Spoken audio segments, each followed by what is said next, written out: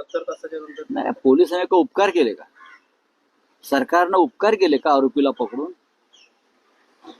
सार्वजनिक ठिकाणी तिथे सार्वजनिक परिवहन खात्याचं सगळ्यात मोठं स्थानक आहे पब्लिक ट्रान्सपोर्टचं.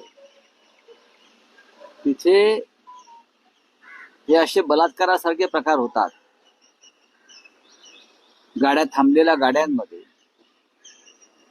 आणि आमचे गृहराज्यमंत्री म्हणजे दिव्यच आहेत. काय म्हणाले?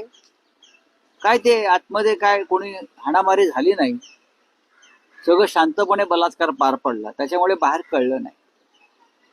ही आमची गृहराज्यमंत्र्यांची भूमिका आहे. म्हणजे काय करायला पाहिजे? काय करायला पाहिजे? एका अबलेवर गाडीमध्ये जबरदस्ती होते, विनयभंग होतोय, बलात्कार होतोय, आणि तिने स्ट्रगल केलं नाही हा त्यांचा शब्द आहे.